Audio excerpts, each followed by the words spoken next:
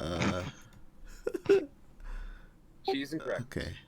If it works, it works. All right, there we go. Welcome everybody to the Insider Gaming Talk Show, episode 40. I am your host, Kid Tutu. I'm joined by all my wonderful co-hosts here, Life Shifter X, RuneShift Gaming. We've got House Hindo in the house, and our newest recruit, our newest member, Super Midas. Welcome to the team. We're so glad to have you here. Afternoon, everybody. Thank you for having me. Welcome. Woo! One of us. I know it's Right. it's it's been a minute since we've did a show, so hopefully we're able to do this more often than we have been. But we're here. There's going to be a bit of a different episode since it's Comic-Con, so it's going to be like gaming as well as like pop culture Comic-Con news we're going to go through. So yeah. A lot of good stuff dropped. A lot of And good there's- trailers. And this week, there's a little bit of everything too. It seems like that we've got news from the Google Stadia Uplay Plus. If you guys haven't heard about that, we got a lot of stuff coming from even Ubisoft itself. Ubisoft seems to be making like a big comeback again with a lot of like heavy news lately. With like, well, not heavy, but like hard hitting news, I should say. Well, I think they will, in my personal opinion, they've been playing it safe with Assassin's Creed, so I've been waiting for them to do something. Yeah. A lot of Yeah. people have been playing it safe. It seems like there's a little bit of a stagnation right now because everything's coming out next year. So they're all just kind of like, well, maybe we shouldn't touch it. Yeah, it kind of reminds me when Microsoft put all their eggs in the Halo basket. Oof. Let me know how the volume levels sound because I haven't hosted in a while. So like, keep me in tune with everything. Let me know how everything goes. So let's start how we always start. What have you guys been playing this week? Let's go with Hindo. What have you been playing this week, man? Oh, of course you put me on the spot. I've been playing everything. I'm playing Space Hulk. I've been playing Banish, Rebel Galaxy, Everspace, BattleTech. I've just been going through my library every night and just playing a random game. So I have like no consistency this week. Gotcha. Okay. Tommy, how about you? What have you been playing this week? Man, I've been playing. I actually got really hung up again on Satisfactory. Like I got a review key for it, started playing that, and then I was like, dude, it's super addicting. Like I sat there, I think one night, no joke, I went from I think probably like 7 hours straight. Give me like a Like, quick just 20-30 second pitch on Satisfactory. I know it's a building sim, right?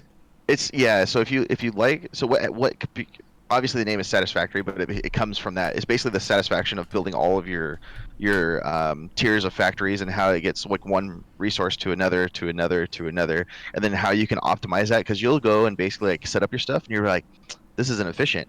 You're gonna tear it down again. You're gonna rebuild it to make more parts more efficient.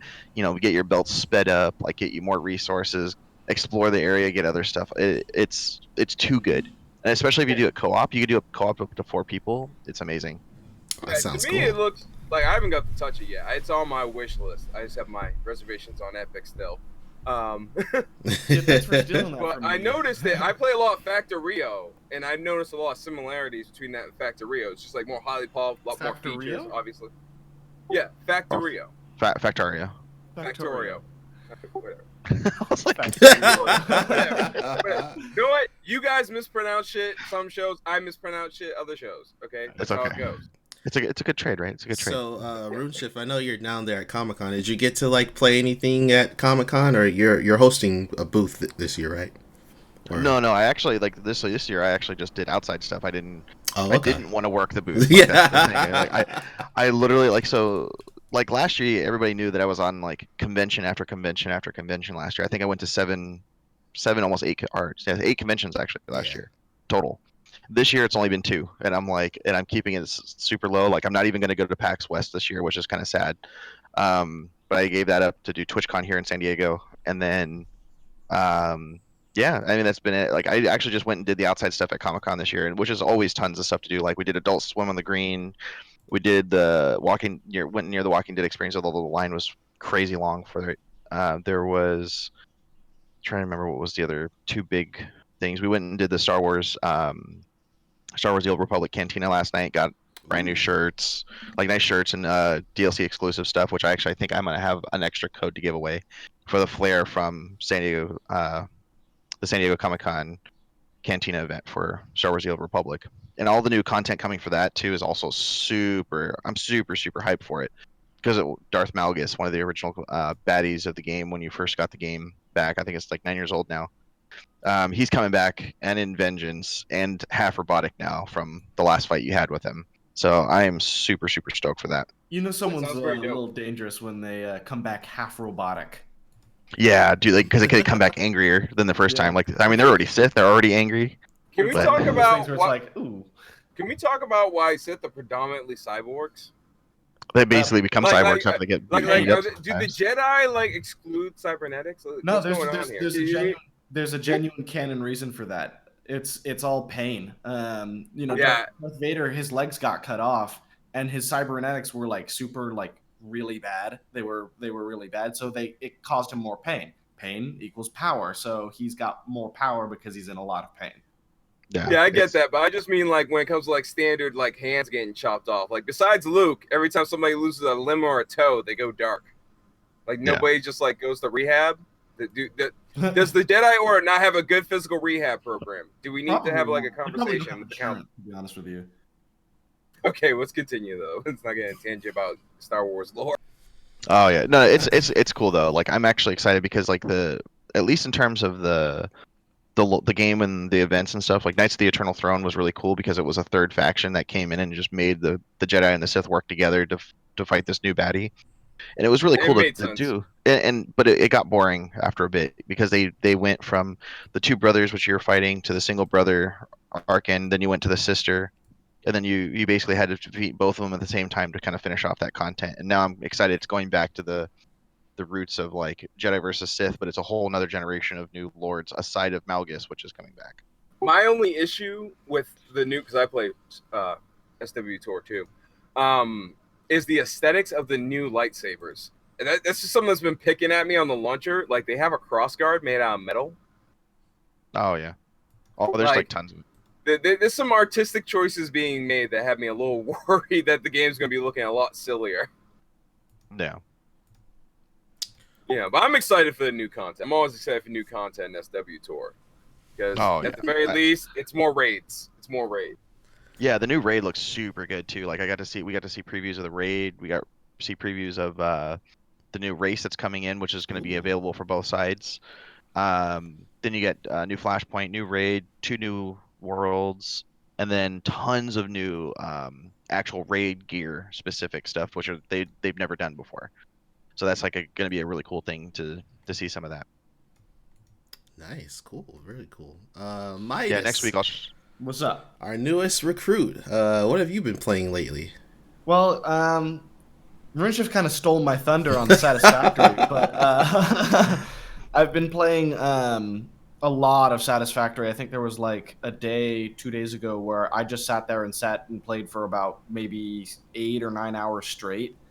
I was playing when it initially came out, and then I kind of got bored, and I was like, I'm a little tired of it. But then they added trains, and like when I'm playing Factorio, trains are my favorite part of the game. So I was just like, I gotta get to the trains. So I've been rebuilding my factory like crazy. I have a whole new outcropping. I have a whole new belt system. It's crazy. Other than Satisfactory, I hopped back into Eve Online Okay. for a little while doing some wormhole dives, and You that's poor soul. really it. I've kind of been just really going ham on Satisfactory. Nice, awesome. So unlike you guys, I've kind of reverted back into a console gamer lately with my beautiful Nintendo Switch. No, no, not Yes, Tutu Oh yes, playing his man. Switch. yes. Never. I know. And I've picked up on this game. I never thought I would get into a game like it, but it's called Dragon Quest Builders, and it's Dragon Quest Oh yeah. Builders 2 to be specific. It is like a builder game like Minecraft, but it's so dope because it has like really deep RPG elements. It has like a quest system, a storyline, and it's really fun. It really gets you into like there's like a cool tutorial that gets you into all the building aspects, but on top of that, there is like that deep RPG system. You level up like your character, you level up like your townspeople and stuff, and like you do missions for them, and you provide you like build bigger and better stuff for them, which levels up like your whole town. It's so dope. It's really addictive too. I've been playing a lot of that. Um, and Oh, I've don't forget our also other one. yes, which is like another crazy addiction of mine. This week has been crazy for me as far as just like gaming and Switch. Marvel Ultimate Alliance 3, The Black Oh, Order, just dropped there it on is. Friday. If you know me, I'm a huge Marvelite, huge Marvel fan. I think Hendo is here too. Right, yeah, with the Stark Industries cap, the Deadpool shirt, nice, as well as Life Shifter Tommy I'm Marshall. also Oh wearing yeah. my Deadpool PJs. So My laptop used to have Stark Industries on it, but it got taken Oh, off and that's I got the awesome. frame replaced. and just say technically, I do have a Marvel tattoo because Thundercats was originally done on the Star Comics, which is a Marvel company. Okay, Ah. so Little fun history fact. we'll get more into Marvel Ultimate Alliance 3 later because we got a story about it. But it is so good. It's so dope. If you're into like cool classic arcade beat 'em up style games, like especially in the Marvel flavor, like this is right up your alley. Which was exactly what I wanted. So it's an awesome game. I'm loving the hell out of it right now. Yeah, I got through the first mission of that. And it was so good, and I'm Yeah, just like, ah, and I like the new combo moves they added in. They kind of hinted at those or having those in the second one, if I remember right. yeah. And it was kind of like a half system of that, and then they kind of just like fully explored that and like give you now like you have to have certain heroes to do these certain combos, which open up these like special areas and stuff, which is really cool. Yeah, we gotta play co-op too soon. I'm gonna be playing that like Oh, crazy, so we gotta play soon. hell yeah, dude. Hell yeah. So I upped everybody else's volume because I can't find my volume settings at the moment. So let me know how that sounds. Hopefully it sounds a bit better. But thank you so much. I think that was ERJ that pointed that out. Welcome Snipes. Welcome Mercusios, I want to say. Dragon Quest Builders is addicting. Yes, it is. Yeah, Thank you you can guys just so call much for him Merc. joining. You can just call him Merc or Officer Merc. Winslow. I call him. Okay. Yeah, he's from my channel. I call him Officer Cool. Winslow. Officer Winslow. The real Copal, welcome. Welcome everybody. Thank you so much for joining. So yeah, should we get into our first bit of stories here? Go for it. Yeah, let's go for it. All right, so first we're going to talk hardware for a little bit. This is gaming hardware. Of course, knowing me, the first story has to be that the original Nintendo Switch model is getting updated with a longer lasting battery life. This comes away of Forbes.com. So this week they revealed that last week we got the reveal of the Switch Lite, which is like an all handheld model of the Switch, and the Switch Lite even has a better battery life than the Switch that I have. The Switch that I have is like 5-6 hours max. I want to say the Switch Lite is like 7.5 hours max. But they revealed like this. It's the original Switch with an updated battery life that's coming out this fall, and it has like 9 hours of total battery life. That's actually pretty good. Yeah, it's really really Yeah. good. Battery density is getting higher now. Which is a little weird because like the Switch Lite is like mainly a portable system, but you know with this new original Switch that's coming out, it's like an extra $100. You get you can dock it, you can play on your TV, and you get a longer battery life. So that's like another thing that kind of diminishes the Switch Lite's relevancy in my opinion. But I still think the Switch Lite is going to be like sell gangbusters. So I think Nintendo is trying to move towards having just one system. yeah, I mean, this is like, this isn't new for consoles in general. I think it's just kind of different because the Switch is so unique in that it's also like it's a handheld console and a home gaming console. But we've seen like different renditions as far as like even PS2 had like multiple renditions, PS3, PS4, Xbox, and now we're seeing more and more with like these enhanced editions, these pro editions, which there's still a rumor that there's going to be like a Switch Pro coming hopefully sometime next year, which I'm definitely going to get that. But I think I can hold off, of course, on of the longer lasting battery life because I feel like my battery is pretty cool whenever I play on the go as well. So The thing about the Switch is it's such a robust console. Like they literally perfected everything they needed into a Nintendo console. yeah. And there's no reason for them to start investing money in anything else when they've got this perfect little machine right here that'll do everything that they want it to do. Oh yeah. Yeah, it kind of reminds me of like the Super Nintendo days. Yeah. Like I feel like they're just trying to go back towards that, getting the one main system for the next couple of years and just rework it. Because I put an article down not too long ago. Like I'm going to try to find, but it was talking about how like even the 3DS, the smaller systems are starting to get phased out by the Yeah. Switch. Yeah, I think the Switch Lite was pretty much like the nail in the coffin for that. I think you posted a story about that like last week, huh? Yeah, Yeah. Well, just think too, like that's always kind of been like Nintendo's thing too. They don't like splitting themselves up between multiple consoles because they like to do those exclusive deals with developers and stuff too. And then a lot of that just drives their business in that main console, that main support. And now everybody's that jumped on the Switch and kind of abandoning the whole 3DS, life of everything. Basically, that's where we're seeing a lot of that come from now, I think. And then they're just going to be like, well, we're just going to put all of our eggs in the basket and go with the Switch because the Switch is just a big thing. Like I think now it's actually sold more than the Wii, right? Yeah. Which Wii was their last big like super Oh, console. Wii U, definitely not Wii. Yeah. I don't think because Well, Wii, yeah. Or It was yeah, Wii. the Wii was like over. I don't want to say it was like over 100 million units sold for the Wii. We Yeah, don't and I think talk they about definitely it. passed that now in the Switch for sure. Yeah, they passed Wii U Yeah. for sure. So yeah, really cool news. Nintendo's doing work with the Switch. It was also the highest selling console of last month, as well as Super Mario Maker was like the top selling game. So Super Mario Maker's Nintendo just fun. has a Yeah, very it rich is. history of carrying the video game industry, so I'm not surprised they're keeping it rolling. yeah.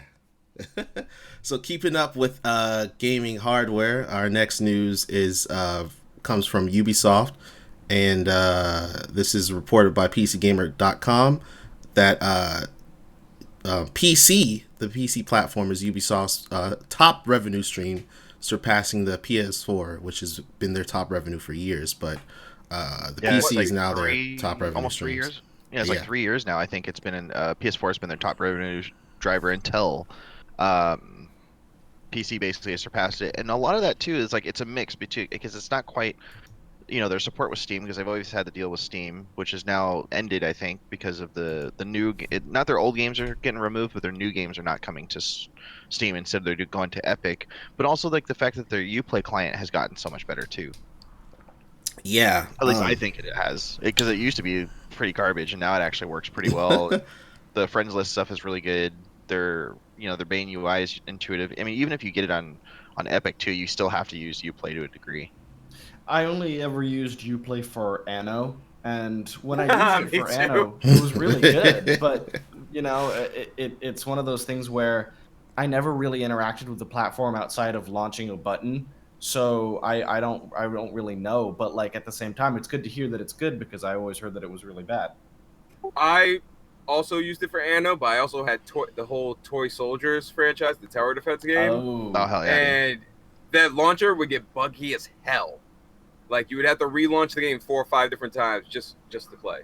And I had the old toy box edition where you could do like GI Joe versus Rainbow Bright. It was hilarious. Anno was easy. It was just an instant launch, and it brought you into its own little window. But yeah, I can imagine that if you're directly launching from Uplay, it's going to be a nightmare. Yeah, But they then- had their issues, and it was a I- memory hog too. It just would start a bunch of background processes. So if you were like really conservative about your RAM, Uplay was a real pain. Yeah, when you think about it too, as well, like I feel like this boost as far as like PC revenue for Uplay comes by way of like the whole initiative as far as like games as a service games. We're talking about like Rainbow Six Siege, which is huge on PC. Things like that, where it's like it's a total difference between the PC market for that game versus the console market. Same with like Anno. So I think that Oh yeah, like especially that Anno. alone, Like Anno's yeah. like it's always been a PC exclusive, I think. Well, Oh, you can't really play it on anything else. You kind of need that little detailed control that you get from PC. yeah. Yeah, it's not like Solaris and some of these other RTSs that have come out and gone to console. I don't think Anno is one of those games that could, No, or not very easily anyway. No. no, love and Stellaris, though. Nano's there's too much minutia in Nano for it to be allowed. It wouldn't. Like Speaking of, If you thought the first Halo Wars was bad, Oof. oh no, Oof. put Anno on a console. I guarantee you. Yeah, Yeah, no. what's also interesting, they noted Assassin's Creed Odyssey on PC is like selling more than the other platforms as well, which I wouldn't have thought. But that's you know what awesome. drives that one? Mods. Oh, Mods drives that one. there's Oh, mods yeah. for Odyssey. Yeah. Oh, Oh, I didn't yeah. know that. Oh wow. Yeah, Is that Nexus any mod. good? I never got to play it. It's really good. Oh yeah, it's good. It is for me Okay. right now. I'll It's probably- my hands down favorite Assassin's Creed ever. Because Yeah. I remember Black Flag was kind of eh. Black Flag was to you. I played Yeah, it. well, I yeah, didn't. Black Oh, Flag Black Flag was loved it. good. I did Black not Flag enjoy was it. good. I liked Black Yeah. Flag. I didn't like the main story that spun off of the Revolutionary War story. Oh, I that thought one's that stupid. was. That's three. I thought that. I didn't thought like that three. was crap. I thought That's 3 why- was crap. That's why I everybody was thought like, Black Flag was kind of cool because I'm like, okay, because piracy, started with the Barbary Pirate, so it makes sense that That's the true. Assassin's group would make it into the Caribbean, just by association. Well, it's funny. Yeah. Me and Tutu had that conversation when Odyssey came out and they were giving you a free copy of 3, and we're like, 3 Yeah. out of all the games you could give for free, why Yeah. 3? And why remaster that one? It wasn't bad to begin with. It's actually, in fact, in terms of like technical advances in the engine, that was like one of the big ones Yeah. next to Oh, yeah. Flag. Oh yeah, my issues were 100% story based. Yeah, story, yeah, I didn't the story like it. kills some of the most beautiful, well mechanic games for me. The story can just cank it. That whole hyper advanced Atlantis shit. Spoiler alert. Sorry. Was ridiculous to me. But it's a side thing. It's not. I don't think it's supposed to be like canon to the actual Odyssey story though. I'll be honest with you. I fell asleep during Black Flag. There was a part they were like, "You gotta sail the boat somewhere," and I literally was just sitting on my couch like this, and I kind of just like fell over and like went to sleep. And I stopped playing after. Okay, Black- you obviously never had to deal with Corsair. That's what happened. That's true. We had to deal with the shitty boating game. So when we got proper boating, us, the old people, I guess, we were excited. Now we're like, yes, proper boating, broadside. Yeah.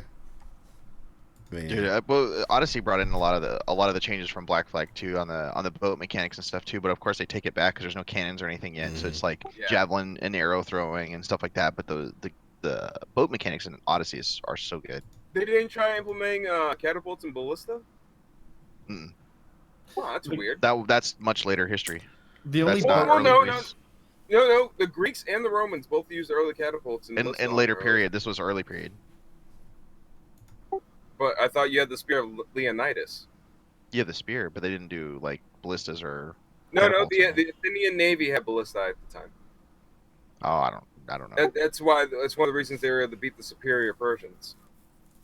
The Yeah. only boat game that I really enjoyed was actually, I don't even remember the name of it, but it was the game where you've got an airship, and it's a crew of 4 and you fly around in this airship and you go and shoot things. Oh God, I know what the name of that You know was. exactly what I'm talking about, right?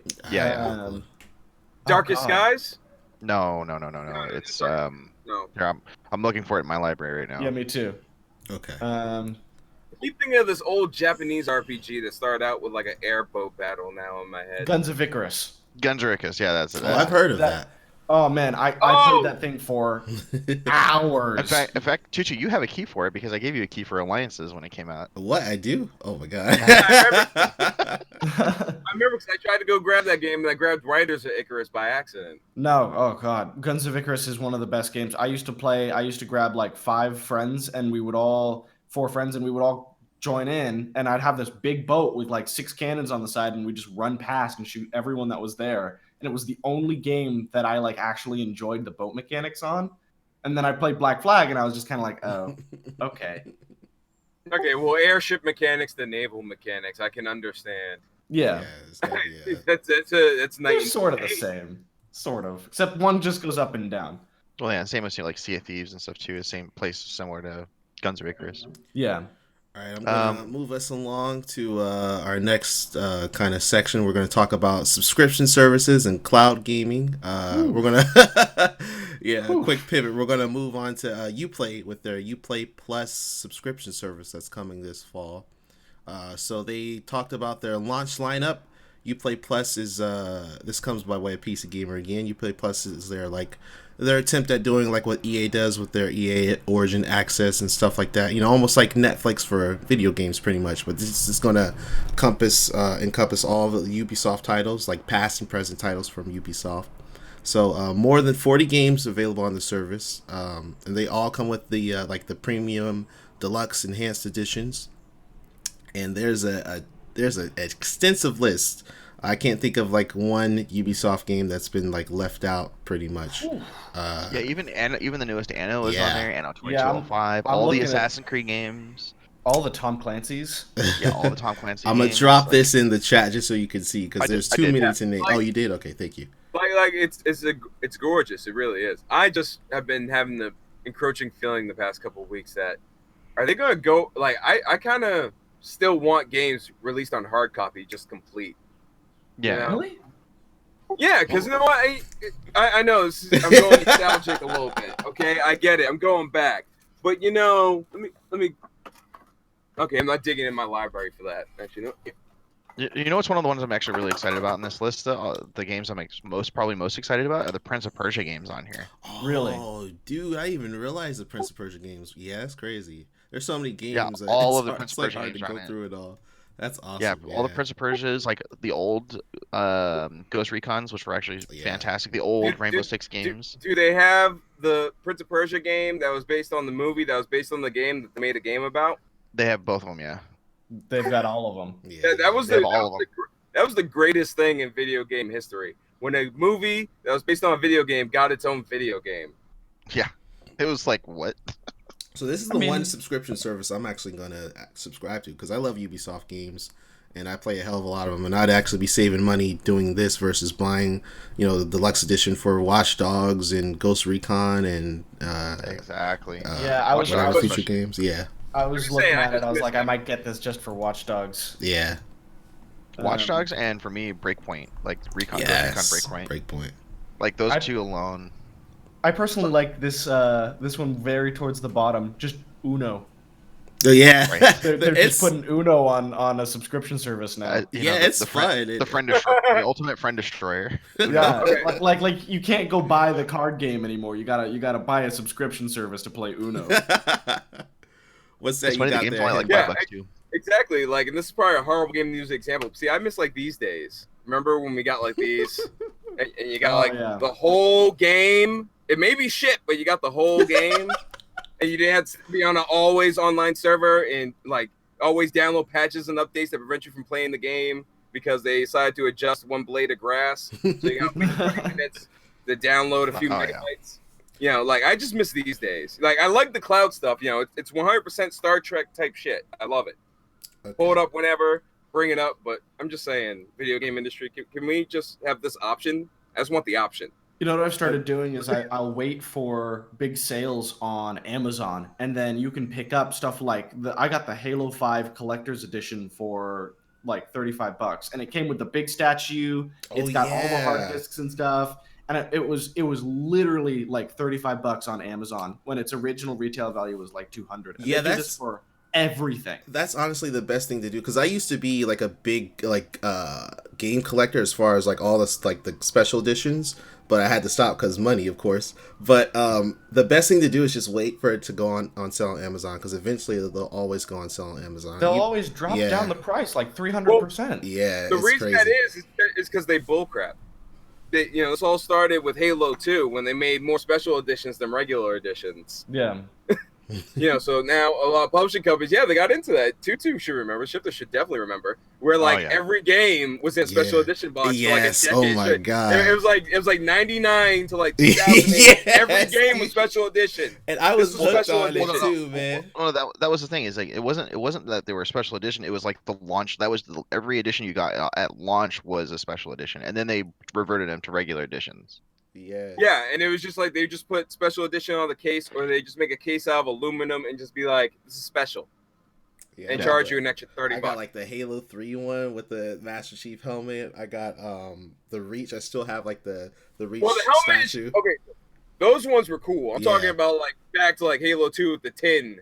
Oh. And people thought like they were buying special like wasn't Yeah. there like there was like a bunch of dudes who like bought like a shit ton and thought they were gonna make bank on eBay, Mhm. and it was just like no. My friend just put in chat that he still has the Steelbook Halo 2 case. I've seen it, and I was just kind of like, why do you even have this? It's meme history. It's before there were memes, there were fads. Before there was fads, there was Halo 2.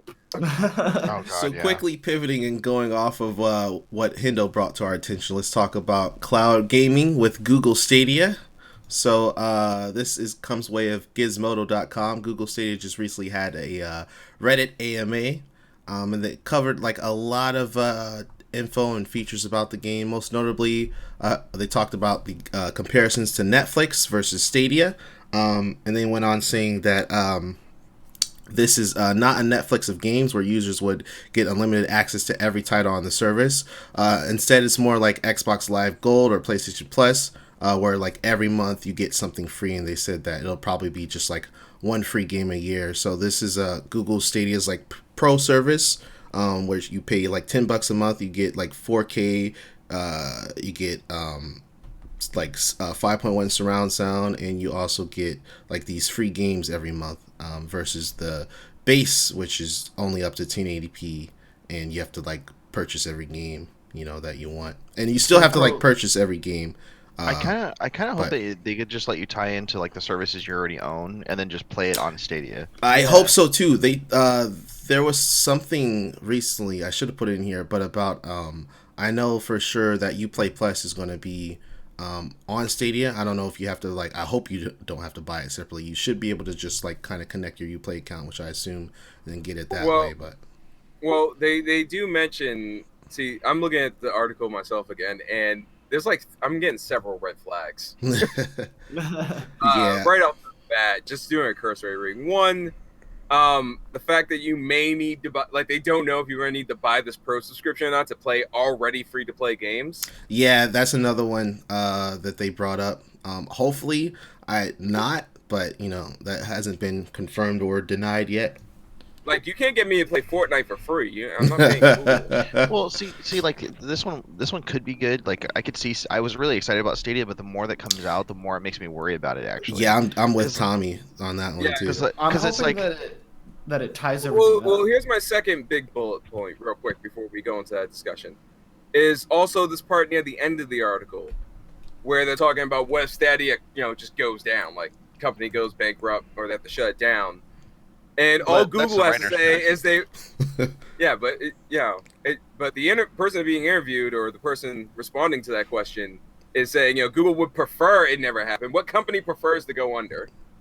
Yeah. And besides they put in quotations, they're super committed. well, that's the Now- thing that's one of the things that makes me worry because like Google, if you don't already know like or followed like Google's big projects and stuff like that, they always Yeah. like dig into a They're- project really super hard, and then all of a sudden they're like, oh, it's not profitable anymore, and they just shut it down out of nowhere. Yeah, like they're Fiber is the biggest one I could say. Oh yeah, there's tons of programs. Matter of fact, they're in. I believe they're before Congress getting some shit for some of those programs specifically. Oh, yeah. Yeah, they are.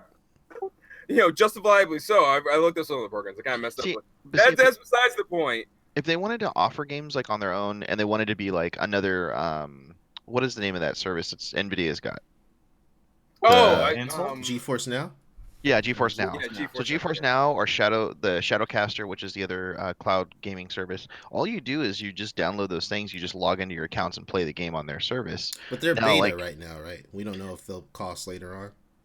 Yeah, so GeForce Now more than likely will remain free, and then it'll just have subscription for like pro features for 4K and stuff like that, which is what they don't have right now. They only do Yeah. up to 1080p, but or in 1440p.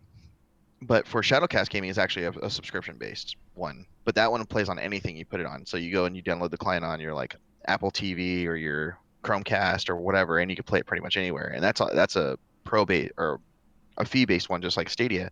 But the thing that confuses me the most about Stadia is like, okay, are you gonna be able to log into your accounts and play your existing games, or you're gonna have to re-buy all of these games on Stadia? Now, if that ends up being the case, I'm just gonna be like, cool, I'm out, because my Steam library is already over 600, my UPlay library is over 100, Origins are over like 20. Like, I'm not gonna go and rebuy hundreds of games and thousands of dollars just to go and play it on Stadia.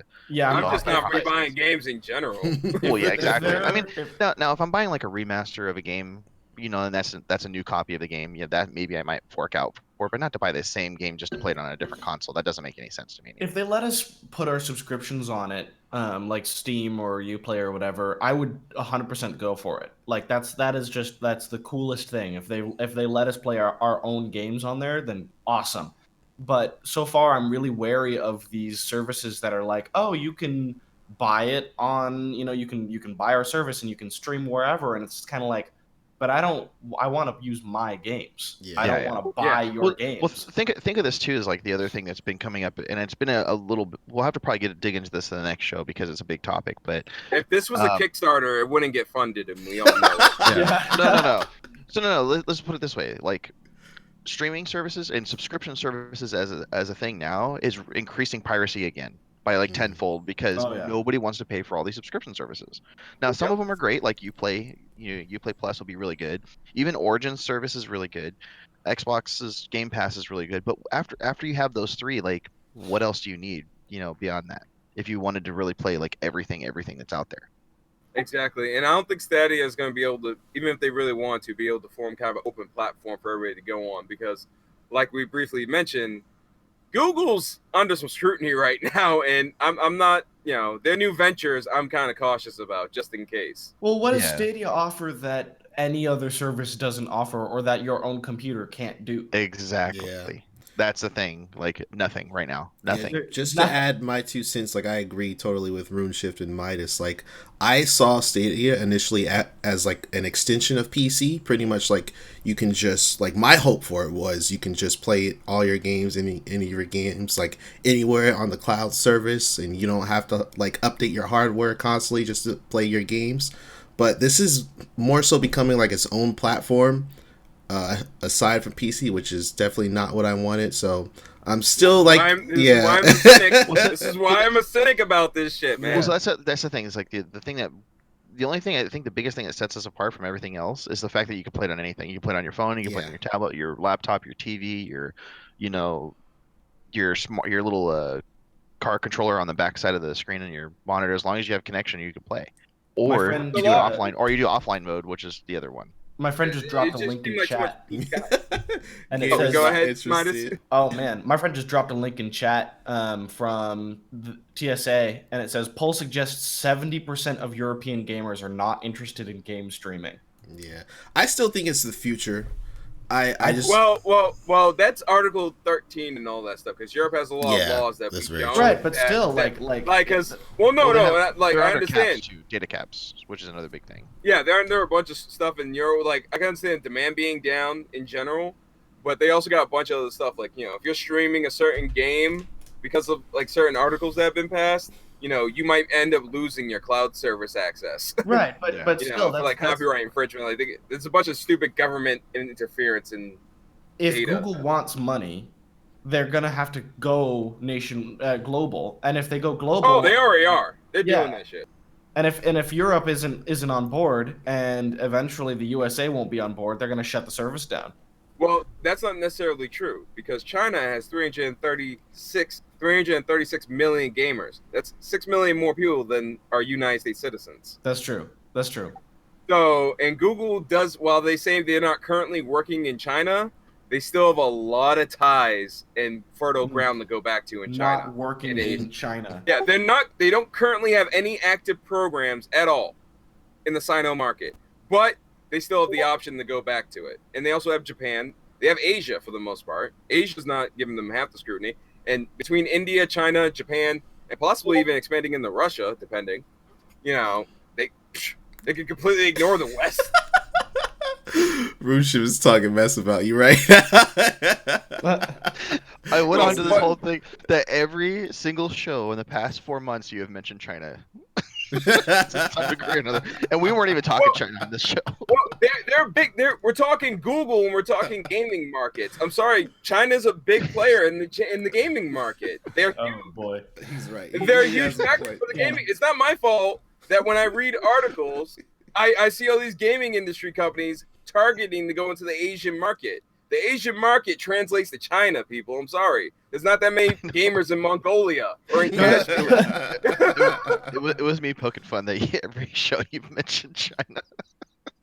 But he's right. I mean, China is the biggest like gaming Yeah. market in the world. And it's so the it would- target right now. yeah. It's like the target of the gaming industry is to get past the censors. That's why what all the, They're still bad at league. that's why everybody's working with Tencent right now.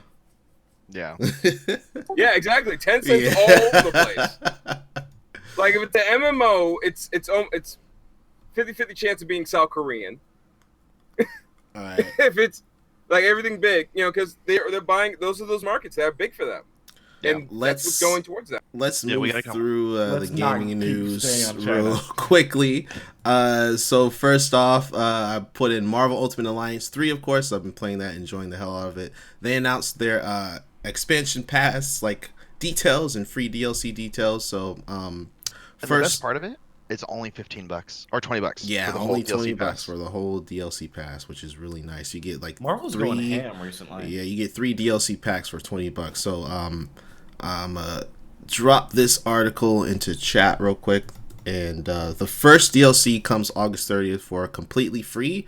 You get Colossus and Cyclops, the X-Men, for free on August 30th, and there's going to be 3 paid DLC packs. They're going to be Marvel Knights, X-Men, and Fantastic Four. So they revealed the first, which is Marvel Knights, and Marvel Knights features, as far as playable characters, Morbius, Punisher, Moon Knight, and of course Blade, which we'll talk more about in a bit. Yeah, yeah. But, I'm 100% there for Blade. yeah.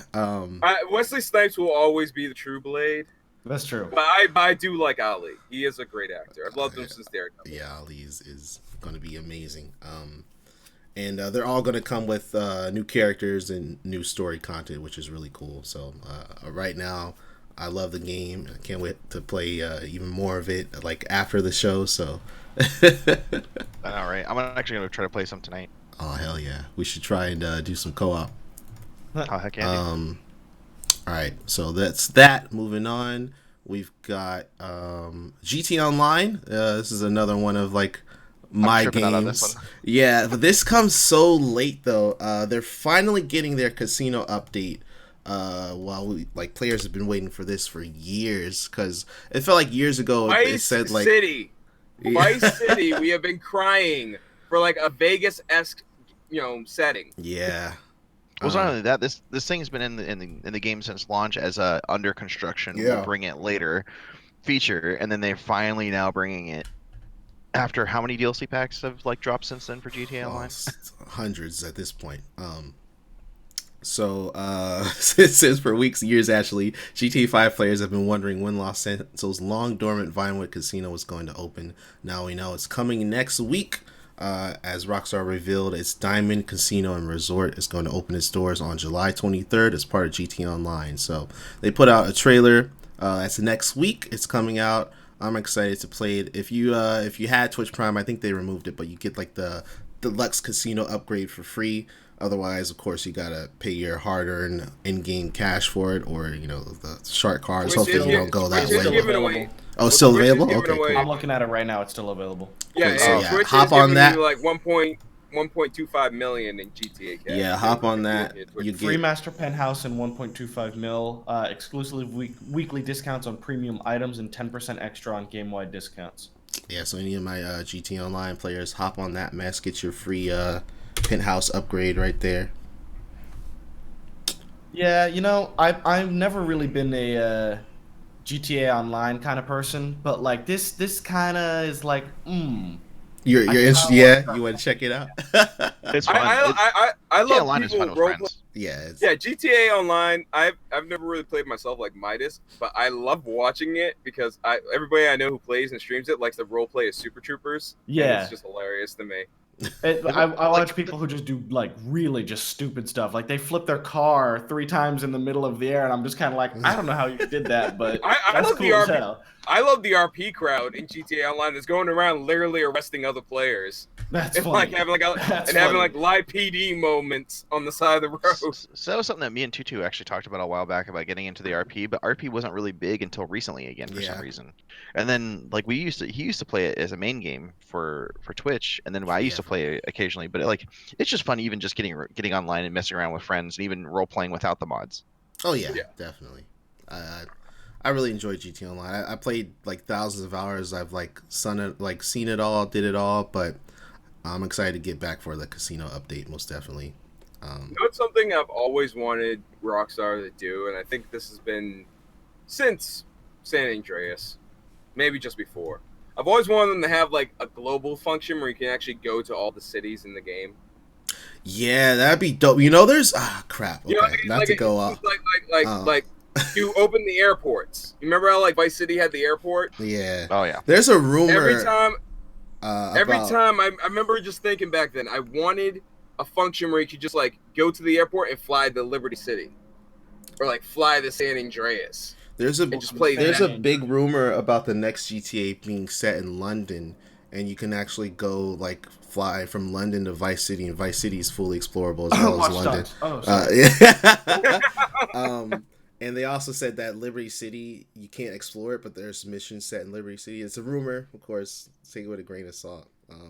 I like being Mr. Awesome. Midas. I like being Mr. Crowbar, not Mr. Robot. So, I was just told that the RP scene was really big like a few years ago, but one of my friends who Little Big Yell in chat, who plays a lot more than I do, is like it always pops up and it's really, really popular, and then it vanishes again.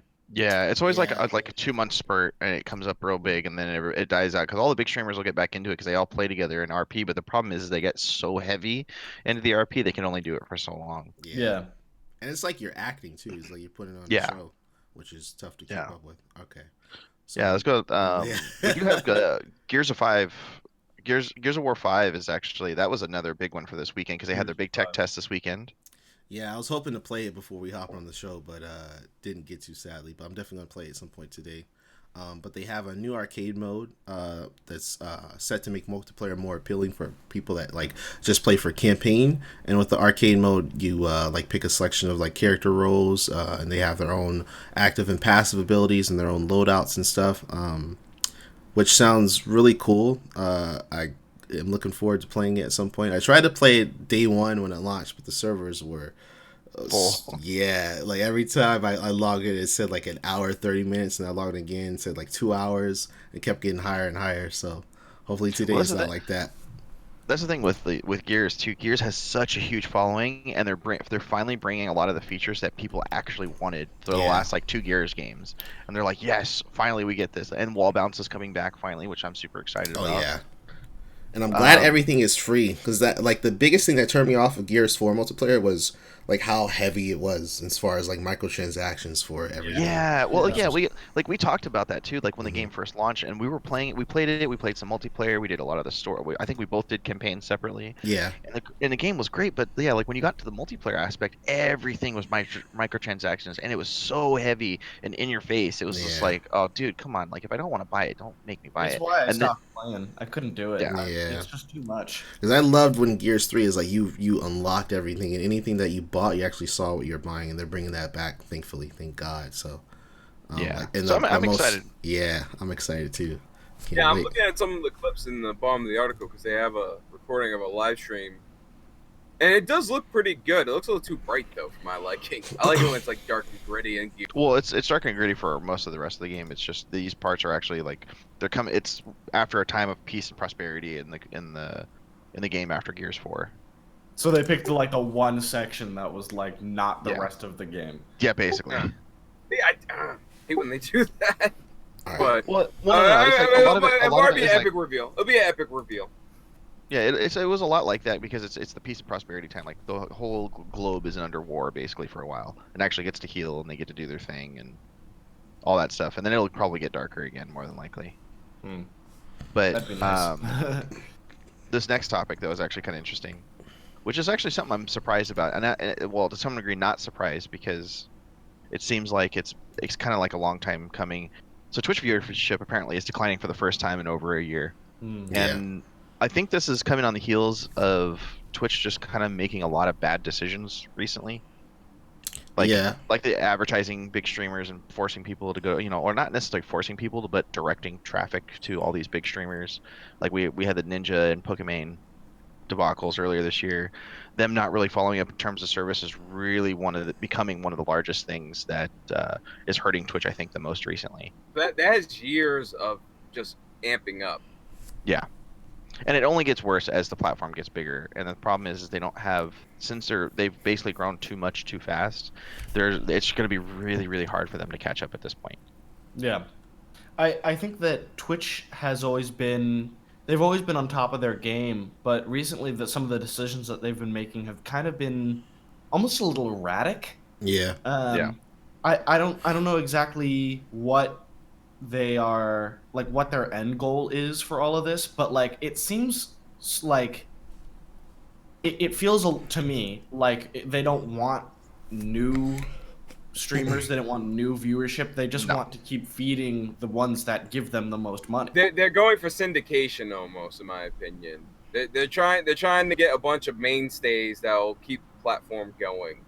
Well, yeah, And, that's the they've thing. been bending over backwards, being applying double standards all around. It's you can't really do that in this day. and age. Yeah. Lil Big video mentioned that they only ban men, and I've seen that like going around, and that's Well, that's only, not true. yeah, that's not ideally true. Yeah, but as they Hindo, do. there's like a weird It double is standard. biased. Yeah. There's a bias. There is a bias. It is disproportionate, but it's not 100%. Their bias just comes from their top earners, like their Doctor Disrespects, their Yeah, Unlimiteds. yeah. You know, that's not. The 2 week ban, like I still think even to this day that was the biggest joke ever. Yeah. Like only it being 2 weeks, like he should have easily gotten a month at least. Yeah. Yeah. I mean, if even coming back at all, I mean, he broke legitimate laws on that last. Yeah. We talked about that last show, and then you got other people that blatantly caused like all kinds of PR drama, which we're not going to get into the other stuff that happened this week, but it's just, like every week it's something where like Twitch could have been taking action, and the fact that these people make them so much money that they're not going to deal with cutting them off, because that's a loss of profit for them too. Every day they're not online. Yeah. So, and then in lieu of this, in the same article, we could link it here in the chat. That we're seeing a lot of uptake also in Mixer and DLive. And DLive is kind of an interesting one because it's not just like streaming, game streaming like Mixer and Twitch are. It's basically like your streams are helping mine cryptocurrency that you get for your channel, and you make money off of it, which is kind of like an interesting, weird chain block concept. What? Yeah. Well, you said that's D Live. I just now hearing this for the first time. Yeah, DLive. So that was a big moment. Yeah, yeah. I've heard of DLive. So I saw them at PAX East, and I've Yeah, seen I've them, and heard they're gonna be coming back to PAX West as well. And basically, you can earn money right off the bat just streaming on DLive. That's why I think even PewDiePie is over there right now streaming. Yeah, We- that's we- what wait, that's what we- Lil we Big is have saying in talked- chat. Wait, we have talked about DLive. Yeah, before. wasn't it like really toxic? It Well, was yeah. me and Kitty debated about it before Kitty left. Yeah. Because Yeah, it was because DLive. there's got some, super toxic for a little bit. yeah, because they had a bunch of shit posters, and I'm just like, that's just shit posters. Yeah, there was a little like wave of toxicity, and then they finally got that under control now. But it's Yeah, it just needs moderation, and you just need them to observe for a while. That's what you And gotta they're- do with a new platform. the company is only You like a gotta team of watch like the- 15 people too. Like it's a super tiny company. Exactly, and I like companies that let the chats get crazy for a few weeks before they start throwing down ban hammers, because it shows me they're actually investigating the content of this stuff. And being like, okay, who's being an idiot memer from 4chan and who's actually a jerk? Okay, suspend them, ban them. Yeah. So the other thing that's like kind of interesting from this too is like Mixer is really, I think, still like I don't count YouTube because YouTube's more VODs and stuff like that, Yeah. more so than live streaming. But Mixer is like I think the only true like direct competition with Twitch. And we like even in my like friend circles on Twitch and stuff like that, I've seen probably a third of my actual following or like people that I follow on Twitch move to Mixer because the terms of service are very straightforward and they have a no BS policy basically over there. Yeah, And that's on the Yeah. top thing. of that, the community is very fostering. It's very friendly. It's you get a very good community feel from it. And Mixer is really good with their partners. Like they treat them really really well. And every year I'm just like more and more tempted to be like, you know what, Twitch is cool, and you get the numbers game is really I think on Twitch to some degree, but it's also the most stressful part of it. But if you take the numbers game away and you build a real good community with a platform that actually cares about their streamers, I think that's really what like is going to happen. We're going to see more and more of that happen. I was about to make fun of you for saying direct competition with Twitch, but then you said like their TOS is straightforward and they've got a no BS policy, and like it to me that is exactly what you need to beat Twitch. Yeah. Yeah, Is Exactly. you And just that got and that's to be straightforward. and that's a thing. And that's clear, clear guidelines and enforce them. That's Yeah, all that's we it. want. That's all we want in the streaming service. If you make and rules, just enforce the shit, Yeah. and, And and you won't hear any complaints. Just enforce and the shit. they don't play with that either. It's just they don't even mess with it. Like if you break our terms of service, you're gone. That's it. Yeah. And if you How it go and should you come be. back, you can appeal it, and you can go, and you have to make basically you get put on a probation. If you do get back, you get put on a probation. You can't do anything in this set amount of time. Usually it's like 90 days or up to 6 months. I think I've seen it. And if you mess up anything or do anything wrong, even remotely in that, you're gone permanently. You get like IP ban basically. That's why they don't get the promotion they deserve, because they actually are believe in equality on that platform. Apparently, Yeah, and then just like even the thing with affiliates, like I think the affiliate program was a great idea. I think Twitch actually needs to get to the point where they enhance it to where it's actually driven by the community, not driven by money. Like the Yeah. affiliate program is literally just a money pull. Yeah. Like I never cared about affiliate status even from the get-go when they announced it. Like yeah, that's cool, we can make money off of it, but for any small streamers, it's not any kind of real income, and it gives the facade that it could be real income. and Yeah. you also have that minimum cap you have to get past. So if you're making like Exactly. less than if you're making less than $100 in streams, let's say you got like a really small streamer, you get occasional donations like 2 or 3 subs, really small. You're never gonna see that. Yeah. No, exactly, and that's the thing. It's a facade of money that you can make money off of it, and it's not the case by any means. Like yeah, now we get payouts every 15 days or 30 days, I think, for affiliates and 15 days for partners. But why are you even like why is it even a thing when most of these people can't even make that money in 1, 2, maybe even 3 months down the line? Like even if they're streaming their hearts, till their heart's content. And it's taken kind of that community aspect out of like where Twitch used to be, and I think that's like going to be that driving factor going forward, because there's like a lot of companies or a lot of streamers now are just getting tired of the saturation. Like there's people that have been on Twitch now for like years, and they've been bigger partners for years, and they're still not growing beyond where they were at, unless they happen to do something crazy, like they get first dibs on a game that just came out, or they got stuck in some PR stunt, and now they're coming back. Like that's the only time they're really growing now. There's no real Well, growth anymore. That's the other thing is just that stagnation of with growth for larger streamers. and I also got to think it has to do a lot with I know we talked about money, but commercialization, like Well, yeah. sending streamers to the ball drop and shit, like Yeah. like I remember Twitch like Twitch 2015. sells out. Twitch sells Yeah. out last. Oh god. Yeah, or that was- we go back like 4 years ago. Twitch, no Twitch streamer is going to be invited to any NBC event. Let's be honest. Yeah. No. We all had fun. We made jokes, some edgy, just some not made for network television in general.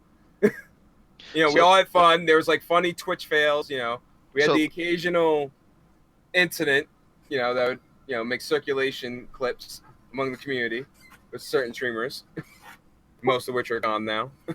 Yeah, Like, just we're not look, naming any names here. Yup, we ain't naming. I ain't naming one name. I ain't getting in trouble. so look at this too, is like the big thing from this year. So after Twitch announced they had affiliates, which was sometime late 2017, early 2018 I think.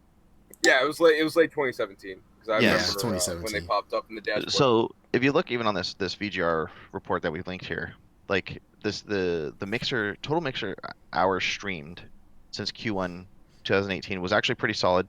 Then it dipped really hard because of the affiliate program, and now in second quarter of 2019, it has shot back up beyond where it was before because of the platform problems.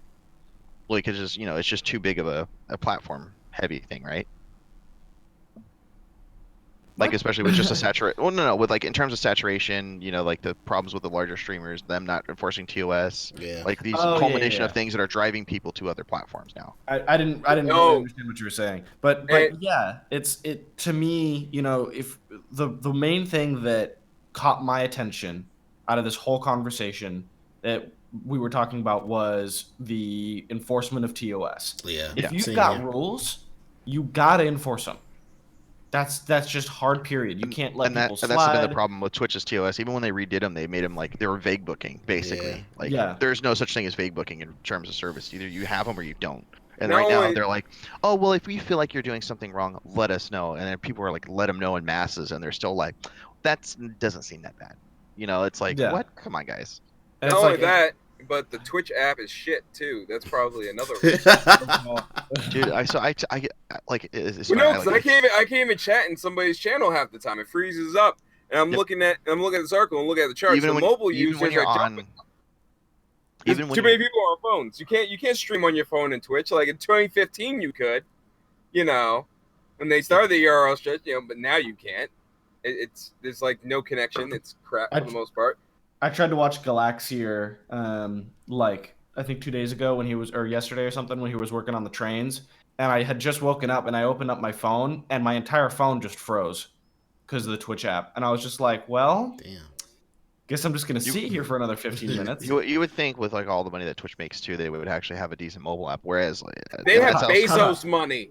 They have I know. Amazon money. They Exactly. don't have an excuse right now. finish. But on the other end, you have Mixer's app, which is actually fantastic. You could watch any Yeah, broadcaster it on there and have is. zero Yeah. problems. It is. I like how we're on Twitch talking about Mixer. No. I want to talk to Jeff Bezos. I have no No, problem moving to Mixer if we ever wanted to. No, check this out. I just watched Jeff Bezos the other day on YouTube talk about he wants to build O'Neill cylinders and shit, and he can't even get a Twitch app right. Listen, bro, get the Twitch app, then build the space habitat. Okay? If you try building one before the other, I predict complications. Do you think they're gonna launch a rocket into space and they'll live stream it on Twitch? They'll put a nice little Twitch logo on the side of it. They're gonna watch. They're gonna like set it up through live stream, and then that's how the mission fails. Yeah. right. They'll be like, donate 5 bits to get the rocket to orbit. So we're already running over. Of course, we started a little late, but let's spend a little bit of time talking about our top story, which is pivoting a little bit from games, but also connected to games. Of course, is Comic-Con. So Comic-Con went down this weekend, and there's a lot of awesome, kick-ass information from it. Phase 4. So where do we Marvel Phase 4. I'm so excited. I for just Phase went. 4. So yeah, let's talk about Marvel for a bit. Let's start. I'm Okay. plugged into, I'm not excited for Phase 4. I'm gonna say that right now. Oh, What? somebody's hitting a tilde. I'm plugged into Marvel Twitter. Like I follow all these Marvel accounts, and I literally could not go on Twitter yesterday. Like I open up Twitter and it's all just like the same clip, the same posts, and I'm like, I'm excited for Phase 4. I'm excited to see Loki. I'm excited to see Winter Soldier and Falcon. Like that's gonna be awesome. But like I couldn't handle the immediate reaction of just everyone freaking out about Phase 4. But I am.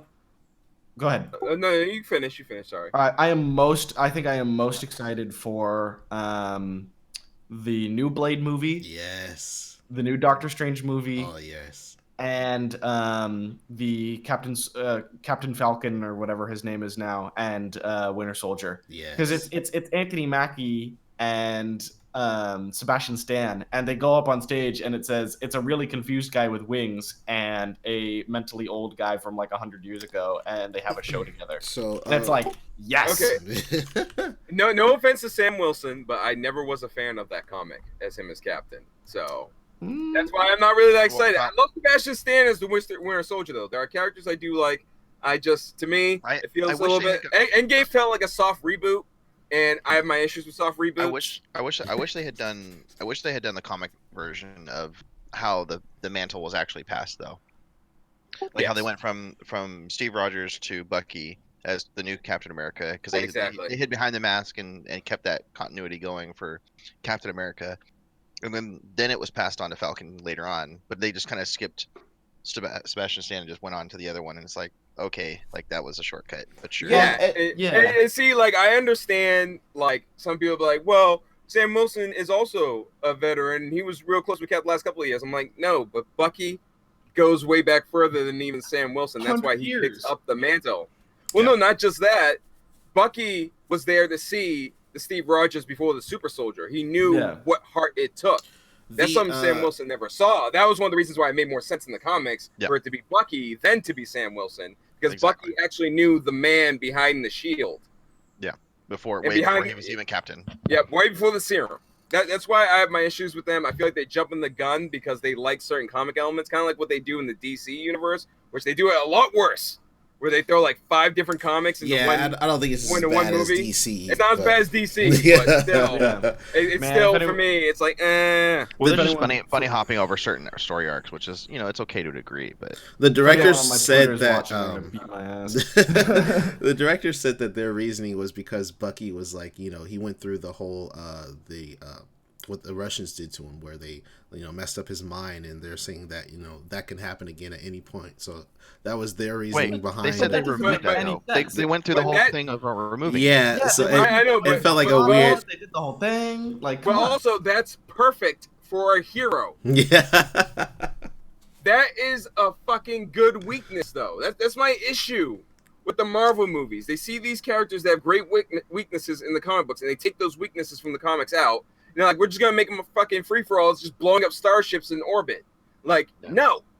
That was okay. I know exactly what scene you're talking about. That was a good scene, but come on. It's a good scene. Yeah, visually, like, listen, I'm gonna say this right now. I criticize the Marvel movies. I criticize Star Wars. That has nothing to do with costuming, VFX. All those people in the production, love you. Hope you get all the work in the world. You guys do a beautiful work. It's the story writing my issues. My issues are 100% with the writers. The actors, don't get me started on the Star VFX Wars. departments, I love them all. They do beautiful things. It's the writers and directors I have the issues with. No. Okay. So real quick, I put a link of a blurry image, but you can see clearly about the movie releases as far as Phase 4. So first up, we're getting Black Widow, May 1st, 2020. And that's a prequel. That I am happy it's a prequel. That I am happy for. Yeah, I'm looking forward to that too. And then she needs a movie. Fall 2020, we're getting The Falcon and the Winter Soldier, which is what you guys were talking about. I'm really excited for that too. That's Disney Plus. That's so I'll make sure. So yeah, Falcon and Winter Soldier is a Disney Plus series. You know what, Disney, take my money. You want to put out WandaVision, all this stuff, you take my money. And it's only like $7 a month too, which is like there's no reason for me not to. They're feeding us all this content, like. My family are Disney fanatics, so Disney Plus will definitely be in the household. Yeah. And then November 6, 2020 is The Eternals, which has a stellar cast. No Millie Bobby Brown, which was rumored. Yeah, they got my dude Richard Madden, who played one of the Starks. Rob Stark. Rob Stark, I love Rob Stark. He's the main character. He also had a show called The Medici on Netflix. Oh yeah, I heard of that. So that's he's a good actor. That's the 2020 slate, and then we move on to the crazy packed 2021 slate. So first off, February 12th, 2021, we're getting the Shang-Chi movie and the Legend of the Ten Rings. Now this is awesome because yes, this is like a big like Asian cast, which is really cool. And they're bringing back the Mandarin, the actual Mandarin, not the crap that they did in Iron Man 3. In the chat who don't know, Ben Kingsley, you're awesome, but no, that was such a joke of a. The first Iron Man, they had the 10 rings, and they showed like there was a real terrorist group. They kidnapped him. They put a hole in his chest. That was the Mandarin. And then what they did in Iron Man 3 was they made Ben Kingsley a goddamn clown. Yeah. As much as I love him, it's like they made him a clown. Well, I Um, saw what I think they did Yeah. with that too is like the whole misconception. They were using what was real and tried to make it something else to do. They the made hero me stuff. hate Guy Pearce in that movie. That's very hard to Yeah. do. Me too. I love Guy Pearce, and I was like, Guy Pearce, I'm mad at you because now you're involved in this Ben Kingsley charade. I'm He upset. was the Yeah. Yeah, facade. he was the reason. I'm just like, no, we're not retconning 10 rings. And I don't think they did retcon 10 rings. I No, think they no. tried to No, I make think- No, I that's think what they I'm tried to saying. make they made the was- Mandarin separate of 10 rings, Yeah. but also like kind of like in the same ballpark. It was It was a weird. calculated decision. They used the 10 rings image. That like there was a whole thing about it on Twitter. One of the directors talked about it. They used the 10 rings image to try and like get into Tony Stark's head because the 10 rings actually kidnapped and, Yeah. beat the crap out of him. So they used that image as like trying to get into his head, but they totally clowned it. Yeah. And I think that was what the reasoning was. It was Like- it was a misconception trying to Well, mess with the Tony. Yeah. Mandarin too is like the closest thing the Marvel Universe had to like a Lex Luthor type too. Like Oh, he yeah. was amazing Yeah. plans, always had a backup. Yeah. You So they know? bring the Ten Rings back in as like an actual villain for the Avengers and stuff like that too, or even any of the or if it's Shang-Chi's enemy or whatever, it'll be great. Okay, I know they want to bring in the X-Men fully eventually. And I just want purifiers. I want purifiers. If they do not have the purifier faction, it's a fail. I don't give a shit how many phases we've been through. It's an automatic fail. All right, so let's move on real quickly. So Shang-Chi, February 12th, 2021. Then on Disney Plus, we've got the WandaVision show, which is spring 2021. I'm a little confused about this because at first I heard rumors that it was like supposed to be set in the 50s, and then It now looks they're like saying it's present car day. logo. It looks like a car logo, yeah. It looks like a car logo. I don't know what they're doing with that. This- That I'm out of it. Yeah, this is the only thing that I'm least like looking forward to. I mean, I'm looking forward to it, of course, because it's still Marvel, but I'm like, It's the one. It's like the one you're not. Yeah, it's not even exciting. Yeah. So that's spring 2021, and then oh my god, this is like my Yep. second Yep. thing I'm looking forward Yep. to the most is May 7th, 2021. We're getting Doctor Strange in the Multiverse of Madness, and this is going to be like a buddy movie with Doctor Strange and Scarlet Witch, Wanda. So And by the title of it, I'm hoping for some Lovecraftian fan service. yes, Oh, they said yeah. they said it was there's gonna be like dark. horror elements to this movie, which sounds amazing. Well, Oh, the title itself Yeah. too is Yeah. if I swear to God, if I don't get some Elder Thing ripoff, I'm gonna be mad. yes. So just think of this year too. Like this next 4 years of Marvel movies is probably going to be set up for the next big bad. So we're gonna have to. Like, this is when we start paying attention to see what the next big bad is going to be. Hopefully, Doctor. Because like like Black Widow. I think Black Widow goes back in time to the Budapest thing. Mhm. Eternals is new. Doctor Strange is current. Like, and then you have WandaVision, Loki, Falcon, and the Winter Soldier, which I imagine will come back into the movies too. They're just gonna have their own little spin-off show. The What If is kind of whatever. Oh, hold on. Did they reveal who the new big bad is gonna be or any? No. they haven't That's said it's set any- up. It's set up for the next. So big real bad. quick, Like, Loki is spring 2021. That's So- on Disney Plus. Loki's getting his own show. And summer 2021 on Disney Plus is the Marvel What If series. This is based off a comic. They're like pretty much mixing up like what if this happened or what if that happened to certain heroes. And They're bringing zombie Avengers. yeah, it's animated, and they're bringing back like the like actual actors from the MCU that are voice acting their characters. And also on Disney Plus, we're getting Hawkeye fall 2021, and on this list is November 5th, 2021, Thor: Love and Thunder, which is the fourth So Thor excited for movie. that. And it's gonna have Jane Foster Thor. yes, Yeah. Jane Foster Thor is going to be in this. I don't know if I'm really feeling that. Like Wako Tahiti is gonna make it a great Taika freaking movie. Waititi. Taiko, sorry, Waititi. Taiko Waititi is gonna make. Hey, he's gonna make a great movie. It's gonna be hilarious. Okay, there's gonna be some great musical cues. Okay, I'm just not feeling Fat Thor. Oh, Well, no, we don't know what will happen because I've seen screenshots. I've seen some screenshots.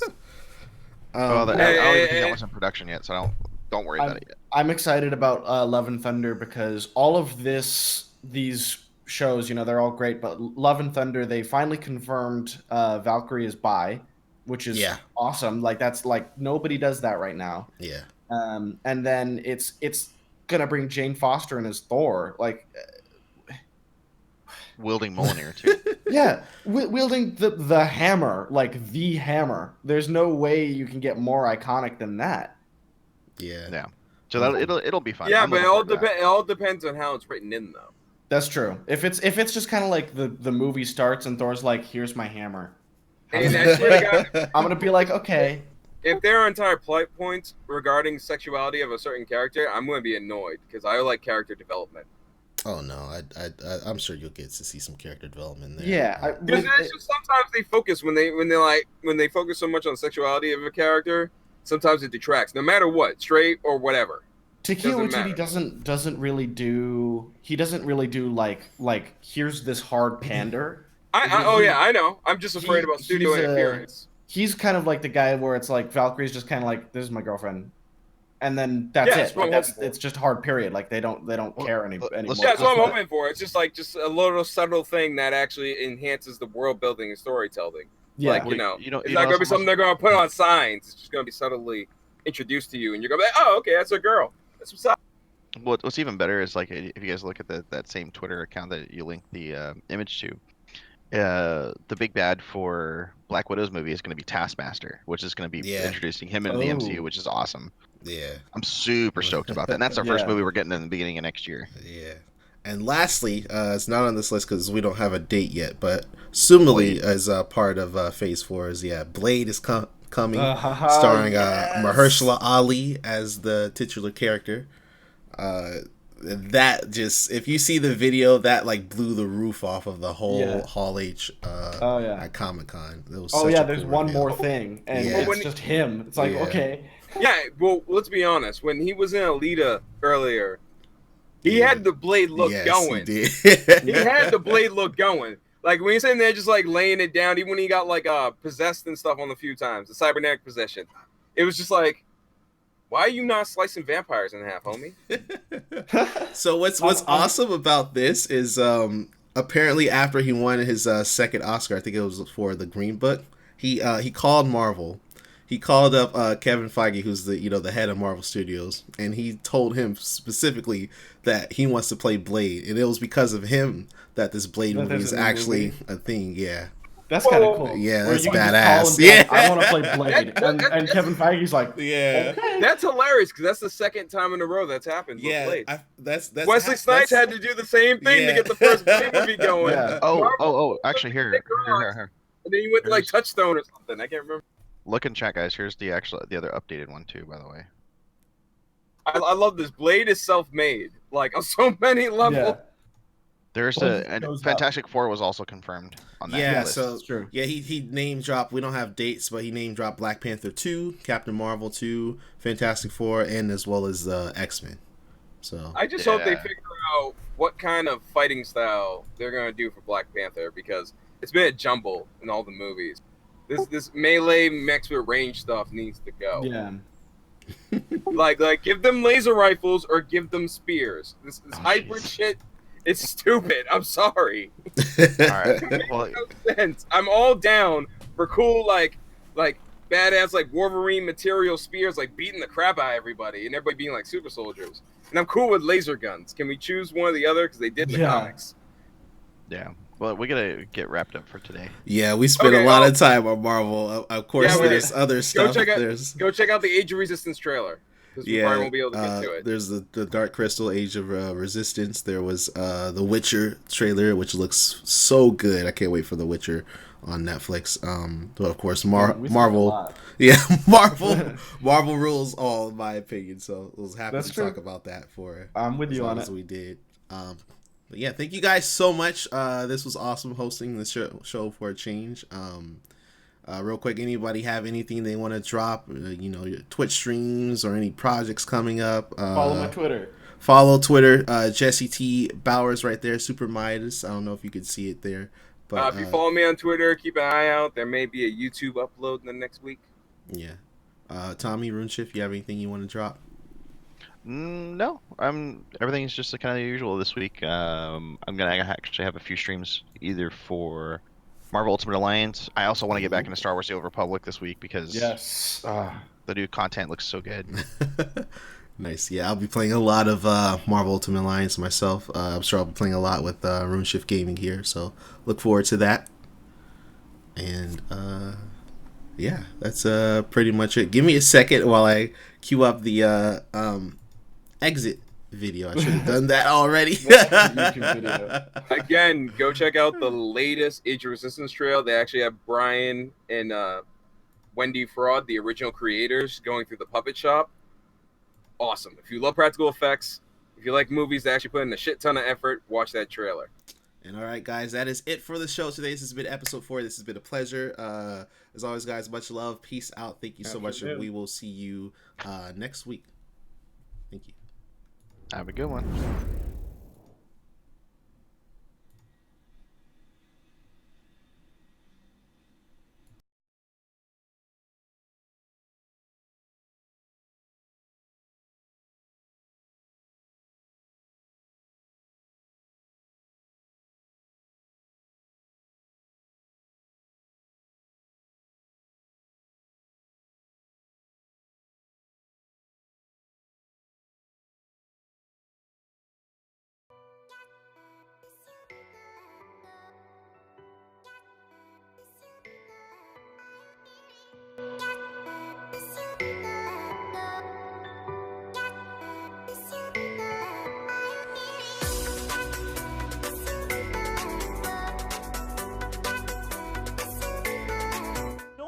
For the permit. I don't care if you buy a permit. Do you know how little I actually care if you have a permit?